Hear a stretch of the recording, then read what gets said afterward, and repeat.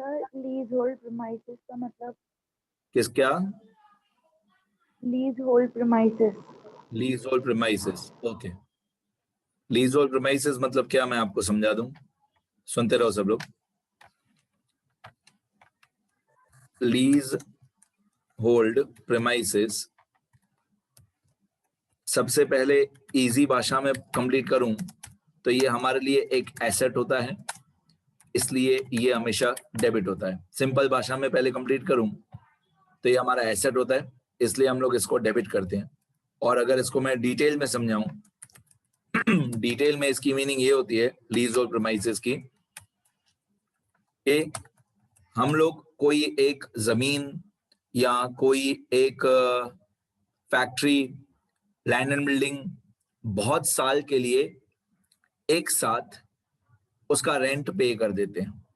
मान लो एक जमीन है जिसका 10 इयर्स का रेंट हम लोगों ने एक साथ पे कर दिया, तो अगर हम लोगों ने कोई जमीन रेंट पे लिया, खरीदा नहीं है, रेंट पे लिया है, और उसका रेंट हमने 10 साल के लिए पहले से ही पे कर दिया है, तो जो 10 साल के लिए हम लोगों ने पहले से ही रेंट पे कर दिया, बेसिकली वो हुआ हमारा प्रीपेड रेंट।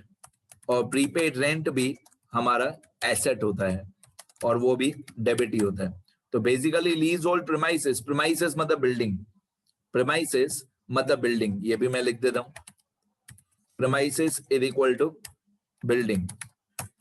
मैं इसकी और ज्यादा डिटेल में मीनिंग बताऊं, इफ एनी लैंड और building is taken on rent for a long period of time, for a long period of time, and its rent is paid for such long period, then that prepaid rent is called lease hold asset. मतलब हम लोगों ने कोई भी asset खरीदा नहीं है, उसको लीज पे लिया है। खरीदना अलग बात होती है, लीज पे लेना अलग बात होती है। खरीदना मतलब वो एसेट हमारा हो गया, और लीज पे लेना मतलब क्या, कि हमने 10 साल का रेंट पहले से ही पे कर दिया है, 10 साल तक हम उस लैंड एंड बिल्डिंग को यूज कर सकते हैं। इसलिए प्रीपेड रेंट या लीज होल्ड प्रीमाइसेस एक ही बात है, ये हमारा एसेट होता है, हम इसको डेबिट करते हैं। ठीक है, एसेट्स हमेशा डेबिट बैलेंस होता है एसेट्स का। चलो आप बताओ बेटा। सर प्रोडक्टिव एजेस मतलब क्या? Okay, productive wages. अब प्रोडक्टिव वेजेस और अनप्रोडक्टिव वेजेस दो अलग अलग नाम है। प्रोडक्टिव वेजेस वो होता है जो, पहली बात तो इसको सिंपल भाषा में कंप्लीट है, तो ये हमारा एक्सपेंस होता है, ये हमारा एक्सपेंस होता है, इसलिए हम इसको डेबिट करते हैं। पहले स्ट्रेट जो चैप्टर चल रहा है स्ट्रेट, उसका आंसर प्रोडक्टिव वेजेस हमारा एक्सपेंस होता है, हम इसको डेबिट करते हैं। इसकी मीनिंग क्या होती है, जो वर्कर्स डायरेक्टली हमारी फैक्ट्री में काम करते हैं, डायरेक्टली मशीन्स के सामने खड़े रह के काम करते हैं, उन वर्कर्स को जो हम वेजेस बोलते हैं उसको प्रोडक्टिव वेजेस बोलते हैं। तो the remuneration or one kind of salary, remuneration paid to the workers who are directly engaged in the production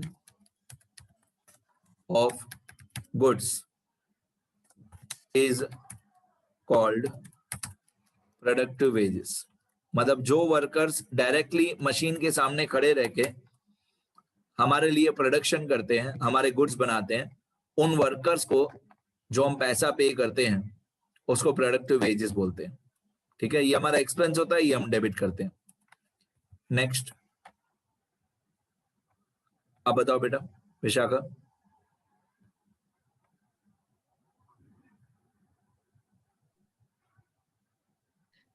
charity और गुड्स गिवन इन चैरिटी में क्या फर्क है? मैं बता दूं, देखो आप लोगों को न्यू कोर्स में चैरिटी अकाउंट आ सकता है, चैरिटी और डोनेशन अकाउंट आ सकता है। सीधी बात बताऊं तो ये हमारा एक्सपेंस होता है, हम इसको डेबिट करते हैं। लेकिन न्यू कोर्स में goods given as charity account होता ही नहीं है। मैंने जो आपको इमेज दिखाई उसमें goods given as charity, goods given as sample, goods burn by fire, ये सारे नाम लिखे हुए हैं, लेकिन न्यू कोर्स में ये सारे नाम आते ही नहीं है।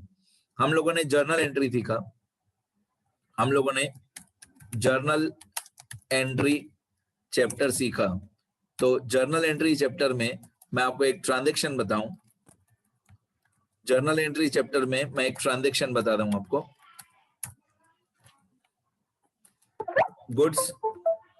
Goods of rupees, goods of rupees 200 were given as donation. तो क्या होता था, इसकी ओल्ड कोर्स में जर्नल एंट्री और न्यू कोर्स में जर्नल एंट्री। न्यू कोर्स में इसकी जो जर्नल एंट्री होती है वो ऐसे होती है, डोनेशन और चैरिटी, चैरिटी और donation account debit 200 to purchase account 200। तो charity account debit 200 to purchase account 200। ये समझना जरूरी है, आपको डेबिट क्रेडिट समझना है तो। ओल्ड कोर्स में इसकी एंट्री ऐसे होती थी, ओल्ड कोर्स में इसकी जर्नल एंट्री होती थी, चैरिटी अकाउंट डेबिट या डोनेशन एक ही बात है, charity account debit 200 to goods given as charity, to goods given as charity account. तो ये जो नाम है goods given as charity account, ये मैंने जो इमेज ऊपर दिखाया आपको उसमें लिखा हुआ है, बट न्यू कोर्स में ये नाम आएगा ही नहीं। गुड्स गिवन एज चैरिटी ये नाम न्यू कोर्स में आएगा ही नहीं, न्यू कोर्स में परचेज ही आएगा। तो charity account debit to purchase. तो ये जो सारे नाम होते हैं, goods given as charity, goods given as sample या goods taken for personal use, ये सब यहाँ पे जो मैंने इमेज आपको दिखाई उसमें क्रेडिट लिखा हुआ होगा, लेकिन न्यू कोर्स में ये पूछेंगे ही नहीं, ऐसा कोई अकाउंट होता ही नहीं है goods given as charity account. ठीक है, तो चैरिटी या डोनेशन हमारा एक्सपेंस है, वो डेबिट होगा। आपने यहाँ पे भी देखा डेबिट हुआ, यहाँ पे भी आपने देखा डेबिट हुआ। चैरिटी हमारा एक्सपेंस है, वो डेबिट होगा, लेकिन goods given as charity new course में आएगा ही नहीं। ठीक है, और कोई स्टूडेंट का डाउट देख लेते हैं।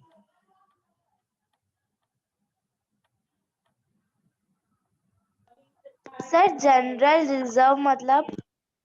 मैं बता देता हूं, जनरल रिजर्व होता है, मैंने आपको आज के ही लेक्चर में बताया,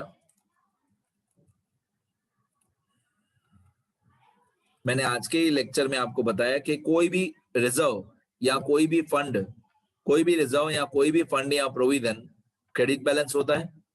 इनमें हम प्रॉफिट का एक पार्ट, प्रॉफिट का एक हिस्सा जमा करके रखते हैं। जनरल रिजर्व हो या कोई भी रिजर्व हो, उसका हमेशा क्रेडिट बैलेंस ही होगा, क्योंकि उसके अंदर हमारे बिजनेस का थोड़ा सा प्रॉफिट साइड में करके रखा है। फिर भी मैं लिख देता हूं, फिर भी यहां पे लिख देता हूं मैं कि जनरल रिजर्व क्या होता है।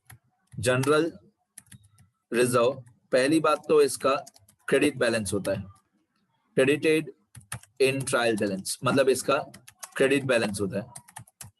ठीक है, होता क्या है, सम पार्ट, जो मैंने ऊपर बताया, some part of profit is set aside, मतलब बाजू में करके रखना, in this reserve, in this reserve. मैं ज्यादा डिटेल में नहीं जाता हूं, बस मैं सिर्फ इतना बता रहा हूं कि प्रॉफिट का एक पार्ट रिजर्व में होता है। ज्यादा डिटेल में इसके ऊपर पूरा एक चैप्टर है रिजर्व के ऊपर, तब बताऊंगा।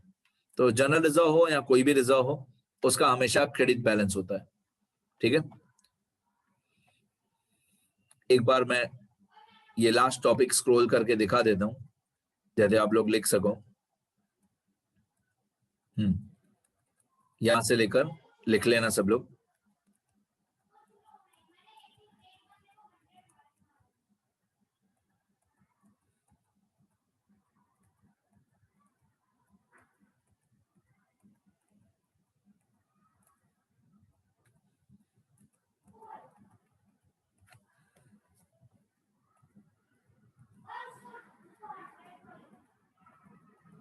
ठीक है, इसके अलावा और भी डाउट्स होंगे वो नेक्स्ट वीडियो लेक्चर में लेंगे बेटा।